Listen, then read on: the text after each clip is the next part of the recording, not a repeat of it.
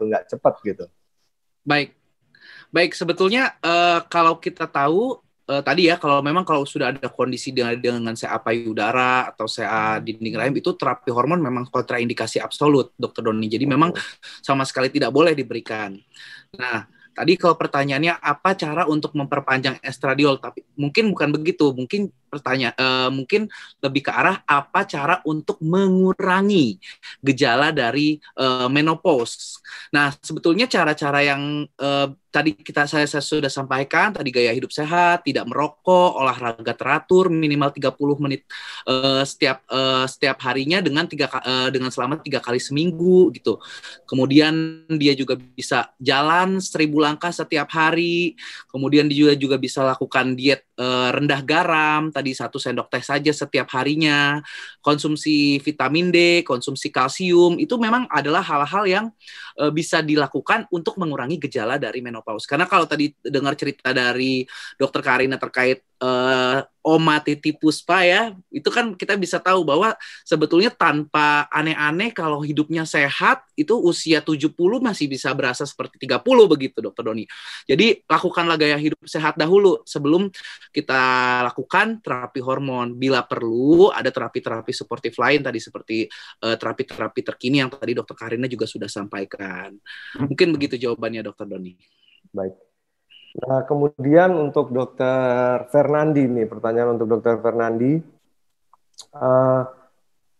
Apakah semua pasien yang menopause yang prolaps, tapi sebenarnya keluhannya pada ya tadi SUI itu harus selalu diangkat rahim, Dok? Gitu. Karena pikiran dari masyarakat awam tuh kalau sudah prolaps ya rahimnya yang diangkat gitu. Bukan diperbaiki dindingnya gitu, gimana, Dok? Iya, betul, bagus sekali nih.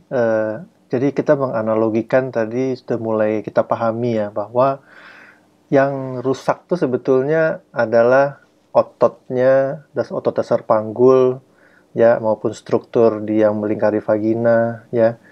Jadi kalau misalnya akibat itu terjadi dan akibatnya terus rahimnya keluar gitu ya jadi prolaps, sebetulnya rahim itu tuh adalah victim atau korban sebetulnya. Dia nggak salah loh. Dia nggak salah, dia menjadi keluar karena bukan salah dia keluar. Ya, tapi selama ini memang kalau yang orang-orang tahu kalau itu turun peranakan atau turun rahim keluar gitu, ya ini yang salah rahimnya jadi kita angkat gitu. Sebetulnya konsepnya ya betul sekali yang dicetuskan Dr. Doni tadi, yang salah tuh bukan rahimnya. Jadi rahimnya belum tentu harus diangkat sebetulnya. Bisa aja kita nggak mau ngangkat rahim, bisa. Ya, jadi rahim itu justru dioperasi itu dikembalikan lagi ke tempat yang semulanya, yang asal, yang benar. Dan otot-otot struktur yang lemah itu kita kuatkan kembali. Ya, ya biasa sih kalau sudah begini kan harus dengan pembedahan juga ya. Tidak cukup hanya dengan memperkuat dengan laser. Nanti setelah pembedahan selesai, kalau memang untuk long termnya juga kalau mau di combine dengan satu laser juga untuk long termnya bisa seperti itu. Jadi sekali lagi betul, rahim tidak perlu harus diangkat. Baik. Kemudian pertanyaan lagi nih untuk Dokter Karina ya. Dokter Karina, ini ada pertanyaan. Banyak keuntungan yang kita dapatkan dari proses stem cell, SVF, atau ICT seperti yang Dokter Karina jelaskan tadi. Tetapi adakah juga resiko negatif? Jadi misalnya serum yang kita, masih mungkin nggak sih serum yang meskipun didapatkan dari tubuh kita, nanti malah menyerang sistem imun kita sendiri? Gitu. Mungkin nggak sih, Dok, ini ada pertanyaan seperti itu? Ya, baik. Terima kasih. Memang itu pertanyaan yang lazim ditanyakan oleh pasien-pasien ya. Jadi jangan khawatir bahwa badan kita itu punya suatu mekanisme kesetimbangan. Jadi kalaupun kita masukkan sel lagi, kalau serum tidak mengandung sel sih sebenarnya ya, tapi kalau sel nih kita biak terus kita masukkan, sebenarnya kalau dia nggak berfungsi juga dia nggak ngapa-ngapain ya di tubuh kita. Dan semua sel kan ada umurnya. Jadi ya udah, kalaupun dia dimasukkan, dia nggak merasa bahwa oh saya harus bekerja di tubuh, ya nanti 72 hari juga dia dimusnahkan sih oleh tubuh kita. Walaupun mungkin sudah sempat stem cell sudah memproduksi lagi sel-sel baru gitu ya. Jadi justru sebenarnya kalau di kalangan researcher, mungkin saya di sini posisinya setengah-setengah nih Dokter Doni ya. Saya sebagai dokter klinisi juga, tapi sebagai S3 biomedik saya juga berperan sebagai researcher. Sayangnya justru kadang-kadang seringkali kami tuh ingin bisa dapat lebih banyak lagi gitu. Karena apa? Karena aging proses ini merusak sel kita cukup banyak tanpa kita sadari.